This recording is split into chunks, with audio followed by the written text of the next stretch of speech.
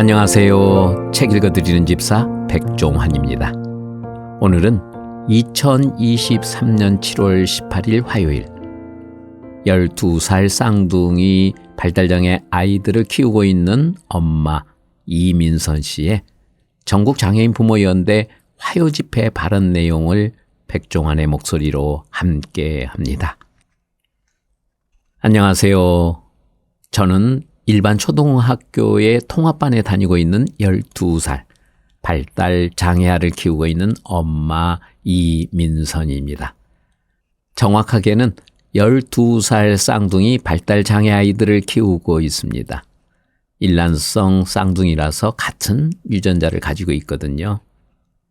태어나 영아기, 유아기를 보내며 한순간도 쉬운 구간이 없었습니다. 눈을 마주치지 않아서, 말을 하지 않아서, 자기들이 관심이 있는 것 이외에는 도통 관심을 갖지 않아서 마음 졸이는 시간의 연속이었습니다.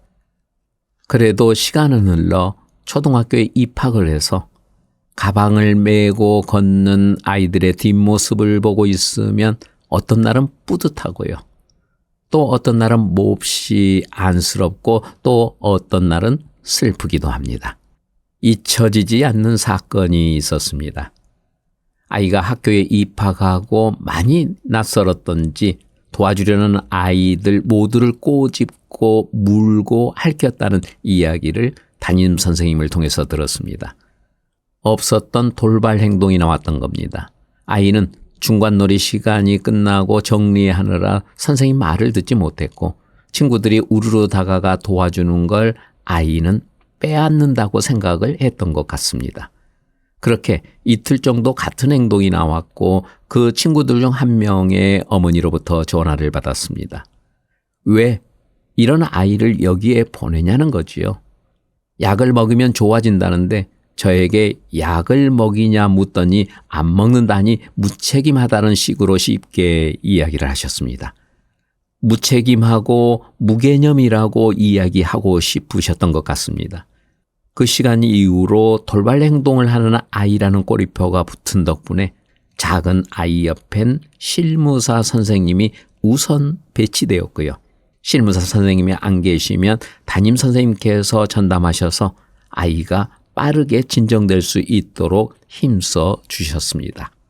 아무 소동이 없었던 큰 아이는 상대적으로 잘 다니는 듯 했습니다. 그땐 고마웠습니다.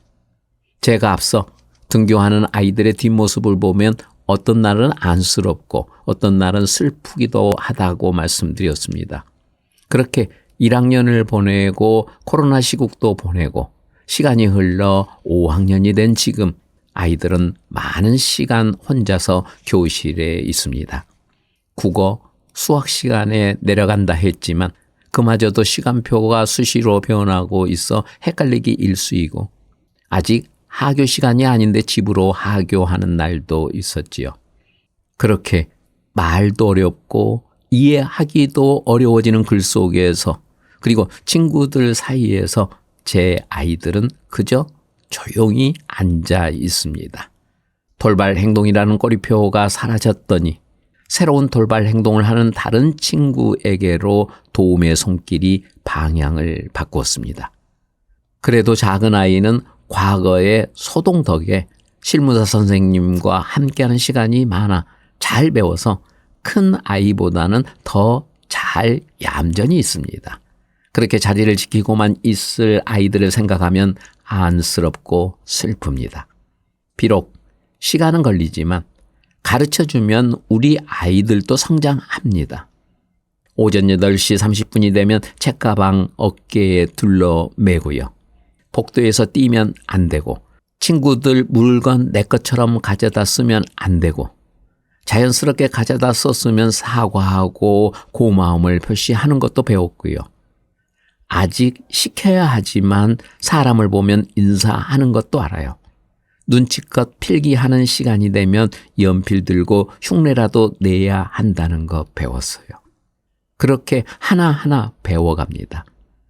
이렇게 가르쳐주면 배울 수 있는 우리 아이들인데 왜 돌발 행동이라는 꼬리표가 붙어야만 우선 지원을 받을 수 있을까요?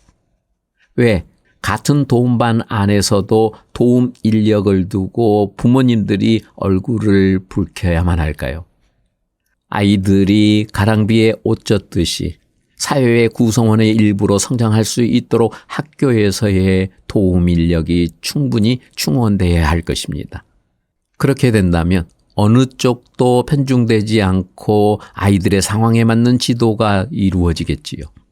그런 성공의 사례들이 쌓여 우리 아이들은 사회가 원하는 사람으로 성장해질 수 있을 겁니다. 얼마 전 유퀴즈의 서울대학교 김북년 교수님이 나와 이렇게 말씀하셨습니다. 자식이란 내게 온 귀한 손님이다. 그러니 귀하게 대접하고 어느 시간이 되면 부모의 품을 떠나 보내야 하는 존재라는 것이었죠. 저도 저에게 온 우리 귀한 아이들을 귀하게 키워 성인이 되는 어느 날 제 품에서 떠나보내고 싶습니다. 모든 발달 장애인을 키우는 분들이 바라는 일일 거라고 생각합니다. 그러려면 어린 시절부터 성인까지 그야말로 전생의 발달 지원 시스템이 구축돼야 할 것입니다.